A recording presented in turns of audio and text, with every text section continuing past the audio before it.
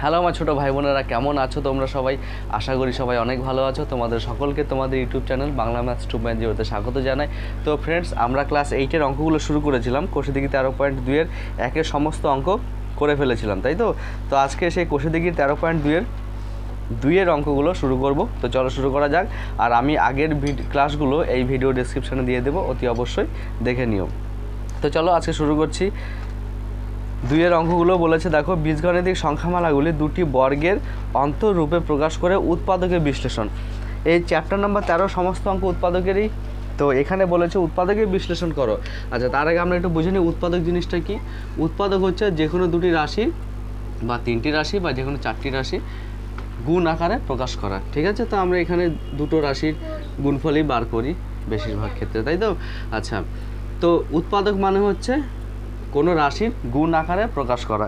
এখানে অঙ্কগুলো উৎপাদকের বিশ্লেষণ করতে বলেছে, এই যে দুটি বর্গের অন্তররূপে প্রকাশ করে তারপরে, তার মানে এরকম অঙ্ক আমরা করেছি সূত্রের সাহায্যে।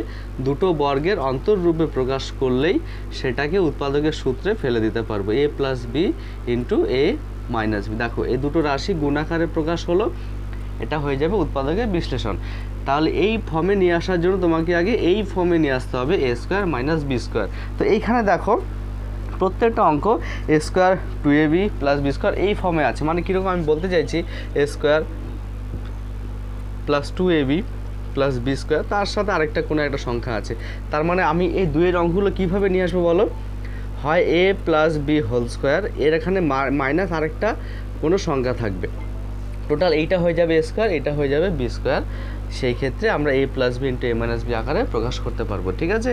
তাহলে আমরা প্রথমে এই যে রাশিটা আছে, এই রাশিটাকে এমনভাবে ভাঙবো যেন কোনো পূর্ণ সংখ্যার মানে বর্গরূপে সাজাতে পারি, ঠিক আছে? তার সাথে আমি আরেকটাকে এমনভাবে সাজাবো যেন -b² অটোমেটিক চলে আসে, তাহলে আমরা এই ফর্মুলায় ফেলতে পারবো। তো প্রথম অঙ্কটা করে, তাহলে দেখো তোমরা সহজে বুঝতে পারবে। x² - 2x - 3, x² - 2x - 3। আমরা কিন্তু এগুলোকে মধ্যশক বিশ্লেষণ পদ্ধতিতে ভাঙবো না, দুটো বর্গের অন্তরূপে সাজাবো। তাই আমরা কি করব? আমরা একটু আগে কী বললাম, হয় a - b² অথবা a + b² সাজানোর চেষ্টা করব। এইটা সাজালে দেখবে পরে একটা সংখ্যা -c² বা মাইনাস যে কোনো একটা থার্ড পার্টি চলে আসবে স্কোয়ার রূপে, তাহলে আমরা সেটাকে a² - b² ফর্মুলায় ফেলতে পারবো। তো প্রথমে আমরা কি আছে এই সূত্রটা, a² প্লাস অথবা -2ab + b² এই ফর্মুলায় সাজানোর চেষ্টা করছি, ঠিক আছে?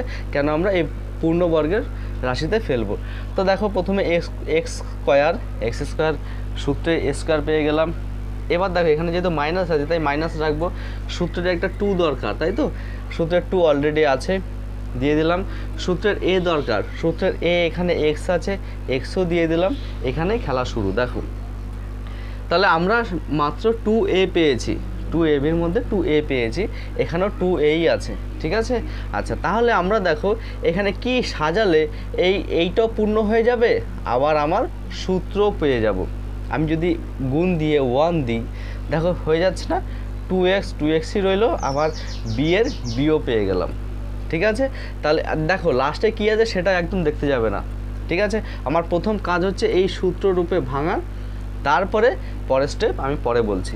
তাহলে আমি প্রথমে সূত্রের a² পেয়েছি, -2a লিখে আমি 2x পেয়ে গেছি। তাই বিটা আমি কি করলাম, বুদ্ধি দিয়ে, যেহেতু আমার আগের লাইনের সাথে মেলাতে হবে, আবার b²টাকে বিও আমি নিয়ে আসবো, তাই তো? তাই b লিখে দিলাম 1, তার মানে 1b হলে 1² পেয়ে গেলাম, ঠিক আছে? দেখো এখানে আমি এক্সট্রা কি লিখলাম, এতটুকু লেখা হয়ে গেছে, এতটুকু এইটুকু এক্সট্রা কি লিখেছি 1 + 1, কিন্তু আমার এখানে আছে কত, -3। তাহলে এই +1² মানে কি, +1টা আমি এক্সট্রা লিখেছি, আমার আছে -3। তাই এই -3টাকে এমনভাবে সাজাবো যেন এই +1টাও এর মধ্যে থাকে, আবার এইটাও পরিপূর্ণ হয়ে যায়। কীরকম দেখো, +1 -4 দিলে আমি -3 পেয়ে যাচ্ছি না, -4 + 1, 4 থেকে একবার দিলে 3, বড়টার চিহ্ন মাইনাস। তাই এই -3টাকে ওরকমভাবে সাজিয়ে দেবো।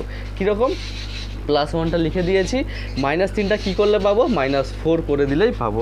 কেন -4 করলাম এখানে, কেন যদি দেখো -4 করি, 4কে আমি 2² লিখতে পারি না? দেখো পুরো এইটা চলে আসলো এই ফর্মে, আর আমি বলেছি লাস্টে একটা মাইনাস বি স্কোয়ার থাকবে, সেটা কি পেয়েছি, সি স্কোয়ারের বদলে 2 স্কোয়ার পেয়ে যাব, তাই তো? আশা করি বুঝতে পেরেছো। তো চলো এবার অঙ্কে করি। তাহলে এটা A square minus 2ab plus B square, কোন সূত্র, এ মাইনাস বি তার হোল স্কোয়ার, যেখানে এ হচ্ছে এক্স, বি হলো 1। মাইনাস 4কে আমরা 2 স্কোয়ার লিখতে পারি। দেখো আমি যেটা বলেছিলাম সেটা, একটা পূর্ণ বর্গাকারের সূত্রে পাবো মাইনাস একটা থার্ড পার্টি তার স্কোয়ার ফর্মে পাবো। দেখো এটা স্কোয়ার পেয়ে গেছি, মাইনাস বি স্কোয়ার পেয়ে গেছি, এবার এটাকে এই সূত্রে ফেলে দাও, দুটো বর্গের অন্তর পেয়ে গেছি, এবার ফর্মুলায় ফেলে দাও উৎপাদকের, কি, a plus b into a minus b. A এখানে হচ্ছে x minus 1 plus b, b হচ্ছে 2 ইন্টু এক্স মাইনাস 1 মানে এ মাইনাস বি। আশা করি বুঝতে পেরেছো। এবার এটা সংখ্যা আছে তাই যোগ বিয়োগ করো, প্লাস 1 হয়ে যাবে আর এটা এক্স মাইনাস 3 হয়ে যাবে, এটা হয়ে যাবে অ্যান্সার। আশা করি বুঝতে পেরেছো। তো চলো এবার 2-এর অঙ্কটা করি। তো ফ্রেন্ডস চলো এবার 2-এর অঙ্কে চলে যাই। দেখো এটাকেও আমরা একইভাবে সাজাবো। প্রথমে এক্স স্কোয়ারটাকে স্কোয়ার ফর্মে ফেলবো, এবার প্লাস, যেহেতু প্লাস আছে তাই প্লাস 2a। দেখো এখানে এক্স পেয়েছি, আচ্ছা এখানে এক্স পেয়ে গেছি তাই সূত্রে 2a লিখে দিলাম। এইবার দেখো আমি এই বিটা এমন একটা সংখ্যা বসাবো যেন আমার 5x আসে। তাহলে এখানে 5x নিয়ে আসতে হলে আমার একটা 5 রাখতে হবে, আজ তো রাখতেই হবে তাই না। দেখো আমার এখানে 5x আছে, 5x এর মধ্যে এক্সট্রা আছে, 2 এখানে নেই, মানে এখানে 2 নেই কিন্তু আমি জোর জবরদস্তি সূত্রে 2 লিখেছি।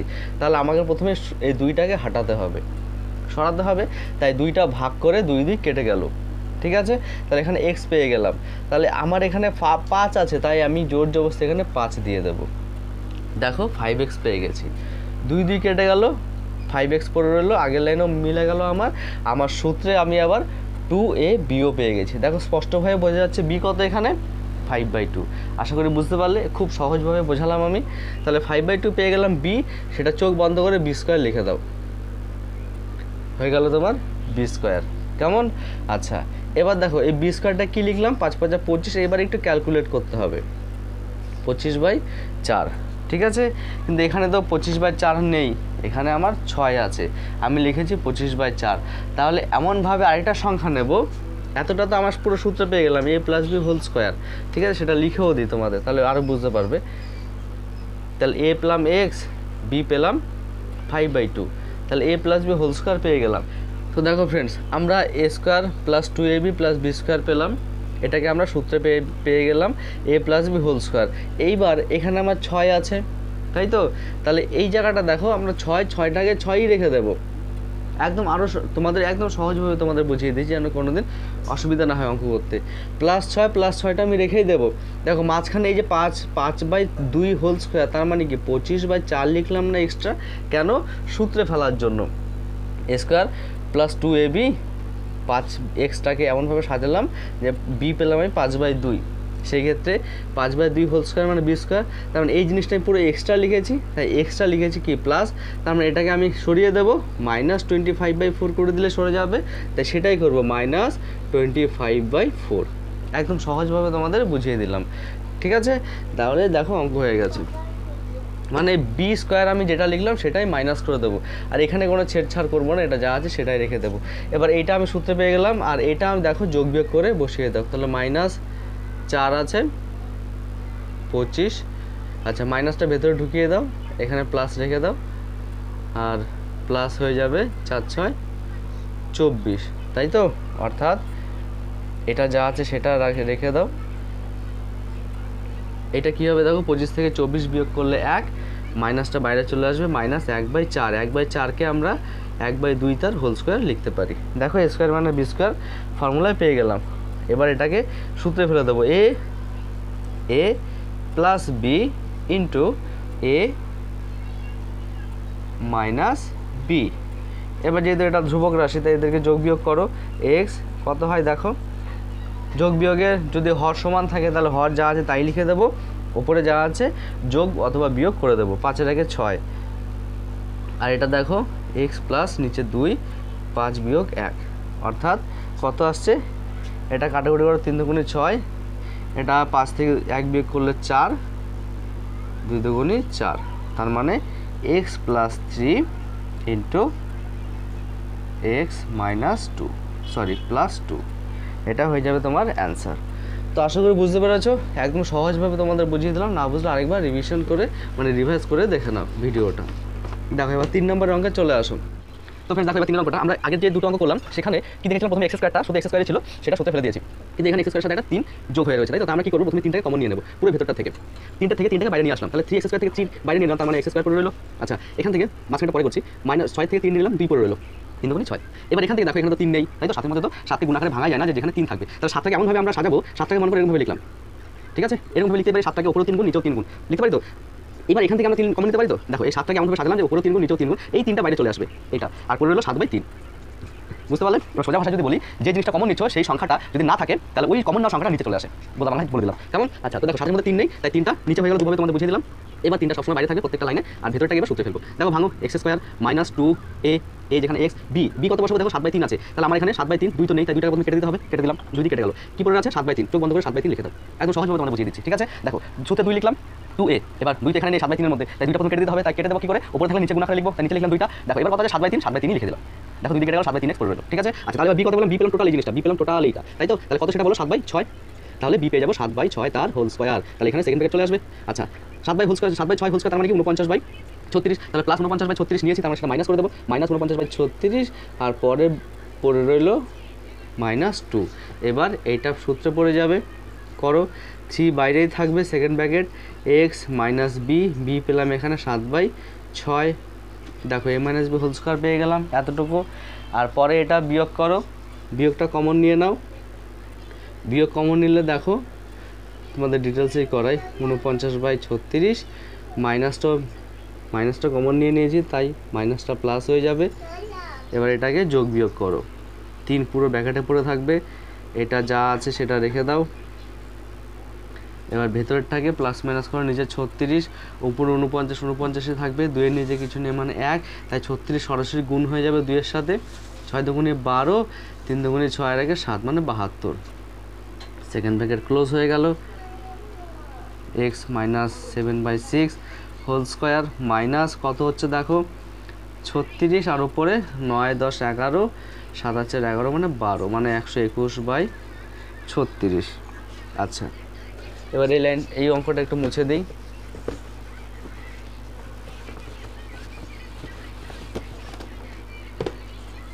দেখো এবার এপাশে চলে আসো, 3টা বাইরেই থাকবে, এটা x minus 7/6 whole square minus, দেখো এ স্কোয়ার পেয়ে গেছি, এবার এটাকে বি স্কোয়ার রূপে সাজাবো, কি ওপরে 121 মানে 11 স্কোয়ার, নিচে 36 মানে 6 স্কোয়ার, হয়ে গেল বি স্কোয়ার, এ স্কোয়ার মাইনাস বি স্কোয়ার হয়ে গেল, অর্থাৎ 3টা বাইরে রেখে এবার সূত্রে ফেলে দেবো এ প্লাস বি, এটা হলো এ plus b into a minus B হয়ে গেল। এবার ভেতরেটা যোগ বিয়োগ করো, 3টা এখনও বাইরেই থাকবে, এক্স